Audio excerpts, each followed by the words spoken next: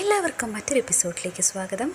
ഇന്നത്തെ എപ്പിസോഡിൻ്റെ തുടക്കത്തിൽ ശ്രീചേച്ചി വേദയോട് പഴയ കാര്യങ്ങളെല്ലാം പറഞ്ഞുകൊണ്ടിരിക്കുകയാണ്. പണ്ടൊരിക്കൽ വിക്രം കോളേജിൽ അടിപിടി ഉണ്ടാക്കിയതറിഞ്ഞ് രാത്രി തന്നെ മാഷ് ഇറങ്ങിപ്പോയതും അന്നേരം വിക്രം തിരിച്ച് വീട്ടിലോട്ട് വന്നപ്പോൾ അമ്മ ദേഷ്യത്തോട് സംസാരിച്ചതും അങ്ങനെ എല്ലാ കാര്യങ്ങളും പറയുന്നുണ്ട്. അന്നേ ദിവസം തന്നെ എല്ലാവരുടെയും ശകാരവും കൂടി ആയപ്പോൾ വിക്രമാകെ വിഷമിച്ച് ഉമ്മറത്ത് തന്നെ ഇരിക്കുകയായിരുന്നു. ഈ സമയം ശ്രീജേടത്തി വിക്രമിനോട് സംസാരിക്കാനായിട്ട് ചെല്ലുന്നു. എടുത്തിക്ക് തോന്നുന്നുണ്ടോ എൻ്റെ കയ്യിൽ നിന്ന് എന്തെങ്കിലും തെറ്റ് സംഭവിച്ചിട്ടുണ്ടെന്ന്? മറുപടിയായി ശ്രീജ, ഇന്ന് രാവിലെ വരെ എനിക്കങ്ങനെ തോന്നിയിട്ടുണ്ടായിരുന്നില്ല. പക്ഷേ കേട്ടുനിന്ന വിക്രം അച്ഛൻ്റെ ഫോണിൽ വന്ന വീഡിയോ കണ്ടുകൊണ്ടാണോ പെട്ടെന്നൊരു മാറ്റമെന്ന് ചോദിക്കുമ്പോൾ അതൊരു നിസ്സാര കാര്യമല്ലല്ലോ വിക്രം. അത് കാരണം അച്ഛനും അമ്മയ്ക്കൊക്കെ എന്തുമാത്രം വിഷമമുണ്ടായെന്നറിയോ? എന്താ നിനക്ക് പറ്റിയതെന്ന് ശ്രീജ വിക്രമിനോട്. മറുപടിയായി വിക്രം, കോളേജിൽ വെച്ച് ഒരടി ഉണ്ടായി എന്നുള്ളത് നേരാണ്, പക്ഷേ അതിൻ്റെ കാരണം കൂടി ഏട്ടത്തി അറിയണം. അങ്ങനെ വിക്രം ആ സംഭവം ഏട്ടത്തിയോട് പറയുകയാണ്. അന്നേ ദിവസം തന്നെ വിക്രമിൻ്റെ കോളേജിൽ ഒരു പെൺകുട്ടി എന്നത്തെയും പോലെ രാവിലെ കോളേജിലേക്ക് വരികയായിരുന്നു. ഈ സമയം കുറേ ആൺകുട്ടികൾ ചേർന്ന് ആ പെൺകുട്ടിയെ വളഞ്ഞ് അതിലൊരുവൻ അവളോടായി, നീ എന്താ പ്രിൻസിപ്പളിനോട് കംപ്ലൈൻറ്റ് ചെയ്തത്? ഞാൻ സിഗരറ്റ് വലിക്കുമെന്നോ അതോ മദ്യപിച്ചുകൊണ്ട് കോളേജിൽ വരുമെന്നോ? അതുമാത്രമല്ലല്ലോ, പെൺകുട്ടികളോട് മോശമായി പെരുമാറുമെന്നും നീ പറഞ്ഞില്ലേ? ഇങ്ങനെയൊക്കെ ചെയ്യാൻ നീ ആരാടി? നീ ഇവിടുത്തെ പ്രിൻസിപ്പൾ വല്ലതും ആണോ എന്ന് ചോദിക്കുമ്പോൾ കേട്ടുനിന്ന പെൺകുട്ടി മറുപടിയായി, എൻ്റെ ക്ലാസ്സിൻ്റെ റെപ്രസെൻറ്റേറ്റീവ് ഞാനാണ്, അതുകൊണ്ട് തന്നെ ഇക്കാര്യങ്ങളൊക്കെ ഞാൻ റിപ്പോർട്ട് ചെയ്യും. കേട്ടുനിന്ന പയ്യൻ, അപ്പോൾ നീ രാഷ്ട്രീയം കളിച്ചതാണല്ലേ, വഴി മാറുമെന്ന് പറഞ്ഞ് ആ പെൺകുട്ടി മുൻപോട്ട് പോകുമ്പോൾ അവളെ തടയുകയാണവൻ. അതിനുശേഷം അവളുടെ കയ്യിൽ കടന്നു പിടിച്ച് അവളെ വിടാൻ കൂട്ടാക്കുന്നില്ല. എൻ്റെ കൈ വിടാനായിട്ട് ആ പെൺകുട്ടി ഉച്ചത്തിൽ പറയുമ്പോൾ ഞാൻ പെൺകുട്ടികളോട് മോശമായി പെരുമാറുന്നു എന്നായിരുന്നല്ലോ നിൻ്റെ പരാതി. എന്നാൽ പിന്നെ ഇവിടെ വെച്ച് നിന്നോട് തന്നെ ഞാൻ മോശമായിട്ട് പെരുമാറാം. അവൻ്റെ പിടിയിൽ നിന്ന് കുതിര മാറാൻ ശ്രമിക്കുന്ന ആ പെൺകുട്ടിയെ മാറോട് ചേർത്ത് മുഖത്ത് ചുംബിക്കാൻ ശ്രമിക്കുകയാണവൻ. ഈ സമയം ഇതെല്ലാം കണ്ടുകൊണ്ട് അങ്ങോട്ടേക്ക് വരുന്ന വിക്രം അവൻ്റെ നേരെ ചെല്ലുന്നു. വിക്രം ഇപ്പോൾ ആ ചെറുപ്പക്കാരോടായി സംസാരിക്കുകയാണ്. പ്ലീസ്, ഒരു പാവം കുട്ടിയത്, അവളെ വെറുതെ വിട്ടേക്ക്. ഇത് കേട്ടുനിന്ന ചെറുപ്പക്കാരൻ, എന്താ ഇവള് നിന്റെ സെറ്റപ്പാണോ? മറുപടിയായി വിക്രം, പ്ലീസ്, ഒരു പാവ അവള്, വിട്ടേക്ക്. മോള് ചെന്നോന്ന് പറഞ്ഞ് ആ പെൺകുട്ടി അവിടെ നിന്ന് വിക്രം പറഞ്ഞു വിടുമ്പോൾ മറ്റേ ചെറുപ്പക്കാരൻ്റെ കൂട്ടുകാരെല്ലാം ചേർന്ന് അവളെ തടഞ്ഞു വെക്കുകയാണ്. ശേഷം ആ പയ്യൻ വിക്രമിൻ്റെ കോളറിൽ കയറി പിടിച്ച്, നീ ആരാടാ, ഈ കോളേജിലെ ഹീറോവോ? മറുപടിയായി വിക്രം, അങ്ങനൊന്നുമില്ല സജീവേ, എന്നെ വെറുതെ വിട്ടേക്ക് പ്ലീസ്. ഇത് കേട്ടു നിന്ന പയ്യൻ, ഒരു പാവത്താനെ പോലെ നടന്നിട്ട് പെൺകുട്ടികളുടെ മുൻപിൽ ആളാവാനൊരു അവസരം കിട്ടിയപ്പോൾ അത് മുതലാക്കുന്നോ നീ? മറുപടിയായി വിക്രം, പ്ലീസ്, ആ കുട്ടി എന്തെങ്കിലും തെറ്റ് ചെയ്തിട്ടുണ്ടെങ്കിൽ ഞാനിപ്പോൾ മാപ്പ് ചോദിക്കുന്നു. ഇത് കേട്ട് നിന്ന പയ്യൻ, നീ എന്ത് ചെയ്യണമെന്നൊക്കെ ഞാൻ പറയും, അതിനു മുമ്പ് ഇവളുടെ കണക്ക് ഞാൻ തീർത്തോട്ടെ എന്ന് പറഞ്ഞ് ആ പെൺകുട്ടിയുടെ നേരെ ചെല്ലുന്നു. അങ്ങനെ ആ പെൺകുട്ടിയെ ആക്രമിക്കാനായി ശ്രമിക്കുന്നു. ഇതെല്ലാം കണ്ടുകൊണ്ട് നിന്ന വിക്രം നിയന്ത്രണം വിട്ട് എന്താണ് ചെയ്യേണ്ടതെന്നറിയാതെ അവരെയെല്ലാം അടിച്ച് ശരിപ്പെടുത്താൻ ശ്രമിക്കുന്നു. ഈ സമയം ആ കോളേജിലുണ്ടായിരുന്ന ഏതോ ഒരു കുട്ടിയാണ് വിക്രം അവരെ തല്ലുന്നതിൻ്റെ വീഡിയോ എടുത്തത്. അവസാനമായി ആ പെൺകുട്ടിയെ ഉപദ്രവിച്ച പയ്യനോട് വിക്രം പറയുന്നുണ്ട്, പഠിക്കാനാണ് നിങ്ങളെല്ലാം ഇവിടെ വന്നിരിക്കുന്നത്, അല്ലാതെ ഗുണ്ടായിസം കാണിക്കാനല്ല. അഥവാ അങ്ങനെ എന്തെങ്കിലും ചെയ്താൽ അതെല്ലാം കണ്ടുകൊണ്ട് ഞങ്ങളൊന്നും ഇവിടെ വെറുതെ ഇരിക്കില്ല. അഥവാ നീ ഇനി എന്തെങ്കിലും വിളച്ചിലെടുത്താലുണ്ടല്ലോ, എന്നേക്കുമായിട്ട് ഈ ക്യാമ്പസിൽ നിന്ന് പുറത്തു പോകേണ്ടി വരും. എന്താ ഞാൻ പറഞ്ഞത് നിനക്ക് മനസ്സിലായല്ലോ അല്ലേ എന്ന് വിക്രം അയാളോടായി ചോദിക്കുന്നു. അങ്ങനെ വിക്രം ഇക്കാര്യങ്ങളെല്ലാം ശ്രീചേച്ചിയോടായി പറയുന്നു. അടിയുണ്ടാക്കണം വിചാരിച്ചല്ല ശ്രീചേച്ചി ഞാൻ അവിടെ പോയത്. ഫസ്റ്റ് ഇയറിൽ വന്നൊരു പെൺകുട്ടിയോട് റാഗിങ്ങിൻ്റെ പേരിൽ അത്രയും മോശമായി ഇടപെടുന്നത് കണ്ടപ്പോൾ എനിക്ക് ചോദിക്കാതിരിക്കാൻ തോന്നിയില്ല. ഇനി എടുത്തി പറ, ഞാൻ ചെയ്തത് തെറ്റാണോ?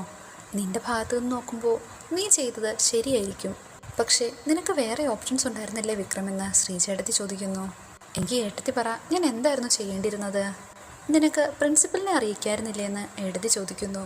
മറുപടിയായി വിക്രം, കൺമുമ്പിൽ ഒരു പെൺകുട്ടി അപമാനിക്കപ്പെടുമ്പോൾ അത് തടയണോ, അതോ പ്രിൻസിപ്പലിനെ അറിയിച്ച് നടപടികൾക്കായി കാത്തു നിൽക്കണോ? പ്രിൻസിപ്പൽ വിവരങ്ങളെല്ലാം അന്വേഷിച്ച് നടപടിയെടുക്കുന്നതുവരെ ആ പെൺകുട്ടി അപമാനം സഹിച്ച് കഴിയണ്ടേ? ഞാൻ ഇടപെട്ടില്ലായിരുന്നെങ്കിൽ അവരാ പെൺകുട്ടിയെ ഉറപ്പായും എന്തെങ്കിലും ചെയ്തേനെ. അപ്പോഴും ശ്രീചേടത്തി ഇത് തന്നെ പറയുമായിരുന്നു എന്നാണ് വിക്രം ചോദിക്കുന്നത്. ഇതെല്ലാം കേട്ടിട്ട് ശ്രീചേച്ചി പറയുകയാണ്, എനിക്കറിയില്ല വിക്രം എന്താണ് പറയേണ്ടതെന്ന്, പക്ഷേ നീ ഇടപെട്ടത് തെറ്റാണെന്നും തോന്നുന്നില്ല. എന്നാൽ നീ ചെയ്തത് കാരണം അവരത് ഇവിടം കൊണ്ട് അവസാനിപ്പിക്കുമെന്ന് നിനക്ക് തോന്നുന്നുണ്ടോ? ഇല്ല ശ്രീചേച്ചി, എൻ്റെ ബാഗിൽ ആ പാക്കറ്റ് വെച്ചത് അവരാണോന്നും എനിക്ക് സംശയമുണ്ട്. കോളേജിൽ അവർ പലതവണ അത് ഉപയോഗിക്കുന്നത് ഞാൻ കണ്ടിട്ടുണ്ട്. കോളേജിൽ എല്ലാവർക്കും തന്നെ അവരെ ഭയമാണ്. എന്തായാലും നീ ഈ കാര്യങ്ങളെല്ലാം നാളെ അച്ഛനോട് തുറന്ന് സംസാരിക്കണമെന്ന് ശ്രീചേച്ചി പറയുന്നുണ്ട്. ഇനി പ്രശ്നങ്ങളിലേക്കൊന്നും പോകാതിരിക്കാനുള്ള വഴി അച്ഛൻ പറഞ്ഞു തരും. നാളെ ആവട്ടെ, ഞാൻ പറഞ്ഞോളാമെന്ന് വിക്രം ഉറപ്പ് കൊടുക്കുന്നുണ്ട്. ഈ കാര്യങ്ങളെല്ലാം തന്നെ ഇപ്പോൾ ശ്രീജേടത്തി വേദയോടായി പറയുകയായിരുന്നു. പണ്ട് ഇങ്ങനെ സംഭവിച്ചുവെന്നും പിറ്റേ ദിവസം അച്ഛനോടെല്ലാം പറഞ്ഞ് സോൾവ് ചെയ്യാമെന്ന് വിചാരിച്ച് വിക്രം ഇരിക്കുകയായിരുന്നു. പക്ഷേ അപ്പോഴാണ് ഇത് കേട്ടുടൻ തന്നെ വേദ പിന്നീട് എന്താ ഉണ്ടായത് മറുപടിയായി ശ്രീജേടത്തി. പക്ഷേ വിക്രമിൻ്റെ ജീവിതം തന്നെ മാറിപ്പോയത് പിറ്റേ ദിവസം ഉണ്ടായ സംഭവം കൊണ്ടാണെന്ന് തന്നെ വേണമെങ്കിൽ പറയാം. അങ്ങനൊരു സംഭവം ഉണ്ടായ അന്ന് രാവിലെ എന്നത്തെയും പോലെ ശ്രീചേട്ടത്തി മുട്ടമടിച്ചുകൊണ്ടിരിക്കുകയായിരുന്നു. അപ്പോഴങ്ങോട്ടേക്ക് വിക്രമുമായി പ്രശ്നമുണ്ടാക്കിയ കുട്ടികളെല്ലാം ബൈക്കിൽ വന്നിറങ്ങുന്നുണ്ടായിരുന്നു. നിങ്ങളൊക്കെ ആരാണ്, എന്താണ് കാര്യമെന്ന് അവരോട് ശ്രീചേട്ടത്തി ചോദിച്ചപ്പോൾ അത് വിക്രമിൻ്റെ കയ്യിൽ കുറച്ച് കാശ് കൊടുത്തിട്ടുണ്ടായിരുന്നു, വീട്ടിൽ വന്ന സാധനം തരാമെന്ന് പറഞ്ഞിട്ടുണ്ടായിരുന്നു, അതുകൊണ്ടാണെന്ന് പറയുന്നു. അങ്ങനെ അവിടെ നിന്ന് പോകാൻ തുടങ്ങുന്ന ശ്രീചേട്ടത്തിയോട് വിക്രമുമായി തല്ലുണ്ടാക്കിയ പയ്യൻ പറയുന്നു, വിക്രമിനെ കഞ്ചാവിൻ്റെ ഇടപാടുണ്ട്, പണം വാങ്ങിയിട്ട് കഴിഞ്ഞ ആഴ്ച തരാമെന്ന് പറഞ്ഞതാ, പക്ഷേ ഇതുവരെ അത് തന്നിട്ടില്ല. ഇത് കേട്ടതും ശ്രീചേട്ടത്തി നിലവിളിച്ചുകൊണ്ട് അകത്തേക്ക് പോകുന്നു. എന്താ ഏടത്തിയെന്ന് ചോദിച്ച് പെട്ടെന്ന് തന്നെ വിക്രം അങ്ങോട്ടേക്ക് വരുന്നു. ഇത് കേട്ടുകൊണ്ട് നിന്ന പയ്യൻ ഏടത്തേക്ക് കാണാനല്ലടാ, എനിക്ക് കാണാനാണ് ഞാൻ വിളിപ്പിച്ചത്, നിന്റെ ബാഗിലുള്ള ആ കഞ്ചാവിൻ്റെ പാക്കറ്റിങ് ഇതാ. കേട്ടുകൊണ്ട് നിന്ന വിക്രം, ഓ അപ്പോൾ അത് നീയാണല്ലേ ബാഗിൽ വെച്ചത്. വിക്രം ഇപ്പോൾ അവനോടായി, അതെൻ്റെ അച്ഛൻ കത്തിച്ചു കളഞ്ഞു. കത്തിച്ചു കളഞ്ഞെന്നോ? കാശ് വാങ്ങി സാധനം തരാമെന്ന് പറഞ്ഞിട്ട് ആളെ പറ്റിക്കുന്നു എന്ന് അവൻ ചോദിക്കുന്നു. അനാവശ്യം പറയരുത്, ഞാൻ കാശൊന്നും നിങ്ങളുടെ കയ്യിൽ നിന്ന് വാങ്ങിയിട്ടില്ലെന്ന് വിക്രം. ആ ചെറുപ്പക്കാരൻ ഇപ്പോൾ തുടരുകയാണ്, കാശും വാങ്ങിയിട്ടുണ്ട്, നിനക്കതിൻ്റെ കച്ചവടവുമുണ്ട്, അതിന് വേണ്ടുന്ന തെളിവുകളെല്ലാം ഞങ്ങളുടെ കയ്യിലുണ്ട്, നിനക്ക് വേണമെങ്കിൽ ഞങ്ങളത് തെളിയിച്ചു തരാം. വിക്രം ഇപ്പോൾ താഴ്ന്ന സ്വരത്തിൽ, സജീവേ വെറുതെ പ്രശ്നത്തിനൊന്നും നിൽക്കണ്ട, അന്ന് ആ പെൺകുട്ടിയോട് നിങ്ങൾ മോശമായി ഇടപെടുന്നത് കണ്ടിട്ടാണ് ഞാൻ ഇടപെട്ടത്, അങ്ങനെ കയറി ഇടപെടാൻ നീ ആരാടാ, പെൺകുട്ടികളുടെ രക്ഷകനോ എന്ന് സജീവ് ചോദിക്കുന്നു. അതിനുശേഷം സജീവ് നേരെ ശ്രീജേടത്തിയോടായി, ഈ നിൽക്കുന്നത് നിന്റെ ചേച്ചിയല്ലേ, നിന്റെ ചേച്ചിയെ ഞാനൊന്ന് റാഗ് ചെയ്താൽ നീ എന്ത് ചെയ്യും? വിക്രം ഇപ്പോഴും പറയുന്നുണ്ട്, സജീവ് വേണ്ട പ്ലീസ്, ഞാൻ ഒന്നിലേക്കുമില്ല, എന്നെ വിട്ടേക്ക്, നിന്നെ അങ്ങ് വിടാൻ ഉദ്ദേശമില്ലെങ്കിലോ എന്ന് പറഞ്ഞ് ശ്രീജേടത്തിയുടെ നേർക്ക് സജീവ് ചെല്ലുന്നു. ശ്രീജേടത്തിയുടെ നേർക്ക് ചെന്ന സജീവിനെ നിലത്തേക്ക് തള്ളിയിട്ടത് കണ്ടതും സജീവിൻ്റെ കൂട്ടുകാരെല്ലാം ചേർന്ന് വിക്രമിനെ പൊതിരെ തല്ലുകയാണ്.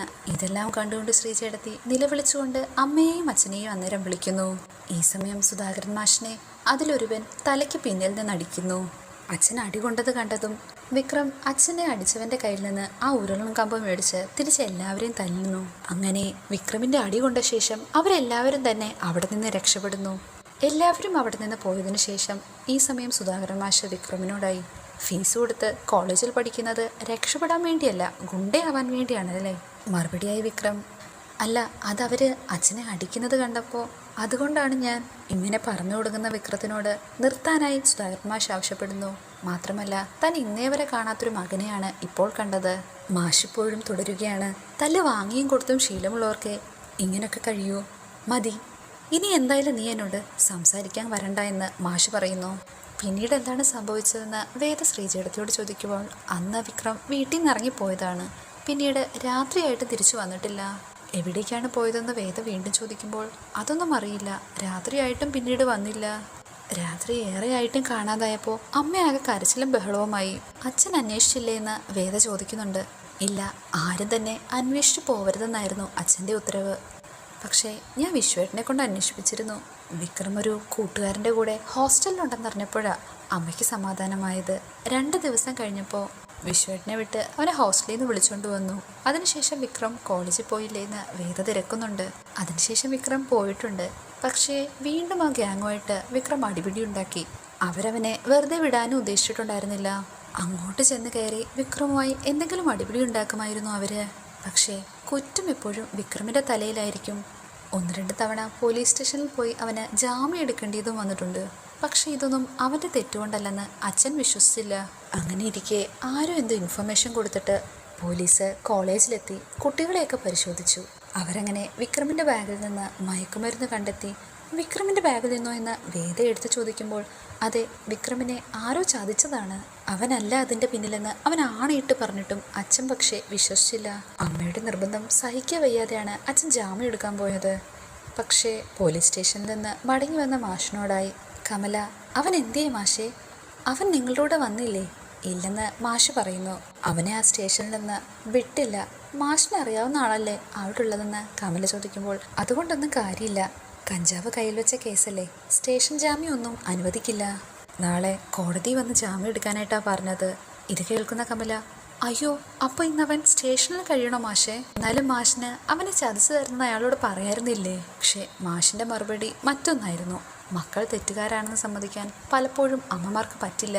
അല്ലെങ്കിലും വിക്രം ഇപ്പോൾ പഴയ ആളല്ല, അവനാകെ മാറിപ്പോയി. അറിയാവുന്ന ദൈവങ്ങളോടൊക്കെ പോയി കരഞ്ഞു പ്രാർത്ഥിക്കാൻ നോക്ക്, വേറെ ഒരു മാർഗവും ഇല്ല. മാഷ് തുടരുകയാണ്. ഒരുപാട് കുട്ടികളെ ഞാൻ പഠിപ്പിച്ചിട്ടുണ്ട്. വഴി തെറ്റാൻ ശ്രമിക്കുന്ന മനസ്സുകളെ എത്രയൊക്കെ മാറ്റിവിടാൻ ശ്രമിച്ചാലും അവരൊക്കെ വീണ്ടും തെറ്റുകളിലേക്ക് തന്നെ ചെന്നെത്തും. അഴുക്കിലേക്ക് ഈച്ച വരുന്നത് പോലെ നമ്മളുടെ മകനും ഇപ്പോൾ ആ വഴിയിലാണെന്ന് മാഷ് പറയുന്നു. സ്വയം തിരുത്തി വരാൻ പ്രാർത്ഥിക്കുകയല്ലാതെ നമ്മൾക്ക് മറ്റൊന്നും തന്നെ ചെയ്യാനില്ല. അങ്ങനെ ഷോപ്പിംഗ് എല്ലാം കഴിഞ്ഞ് ശ്രീജേടത്തെയും വേദയും ഇപ്പോൾ തിരിച്ച് വീട്ടിലെത്തിയിരിക്കുകയായിരുന്നു. ഈ സംഭവങ്ങളെല്ലാം നടക്കുന്നത് വിക്രമിൻ്റെ അവസാന വർഷ ഡിഗ്രി കാലഘട്ടത്തിലായിരുന്നു. മാഷ് റിട്ടയർ ആവുന്നതും ആ വർഷം തന്നെയായിരുന്നു. വിക്രമിനെ ആകട്ടെ കോളേജിൽ എക്സാം എഴുതിക്കില്ലെന്ന് എതിർക്കാൻ പ്രഖ്യാപിച്ചു. അതിനെ എതിർത്തുകൊണ്ട് എക്സാം എന്തായാലും എഴുതുമെന്ന് വിക്രമും ഉറച്ചു പറഞ്ഞു. എക്സാം ഒന്നും എഴുതിയില്ലേലും വേറെ കോളേജിലേക്ക് മാറാമെന്ന് ഞാനും അമ്മയും ഒരുപാട് നിർബന്ധിച്ചതാണ്.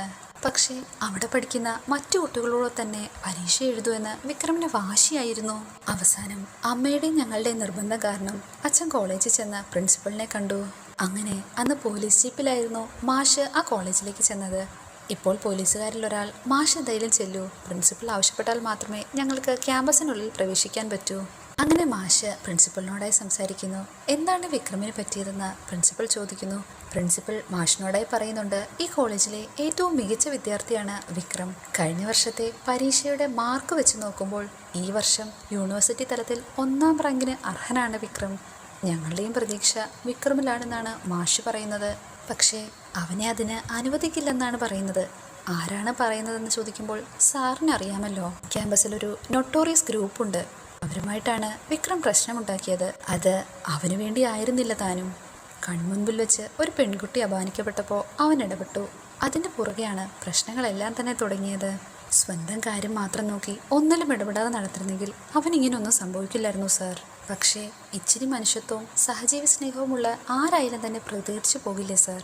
സജീവമായുള്ള പ്രശ്നം ഞങ്ങൾക്കും അറിയാവുന്നതാണെന്ന് പ്രിൻസിപ്പൽ പലതവണ ഞങ്ങൾ അയാളെ വാൺ ചെയ്തതുമാണ്. ഒരു പ്രാവശ്യം സസ്പെൻഡ് ചെയ്യുകയും ചെയ്തു. പക്ഷേ എനിക്ക് മുകളിലും ആളുകളുണ്ടല്ലോ. പലതരത്തിലുള്ള സമ്മർദ്ദം കാരണം സസ്പെൻഷൻ പിൻവലിക്കുകയും വേണ്ടി വന്നു. പക്ഷേ അതിനുശേഷവും വിക്രം ചില പ്രശ്നങ്ങളിൽ ചെന്ന് പെട്ടല്ലോ.